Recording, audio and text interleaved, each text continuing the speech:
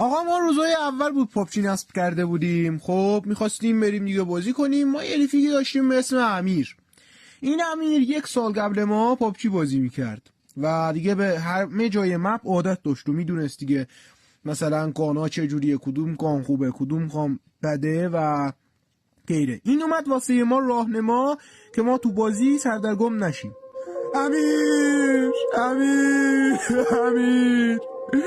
امیر اون قانه قرمز کوچیک واسه نمایش و زیبایی نبود. امیر اون فلرگام بود.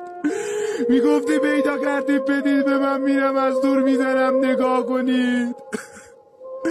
امیر امشانوسه هیچ وقت از امفور خوب نبود. امیر بگرفتی امفور از ما به چاش امشانوسه میدادی.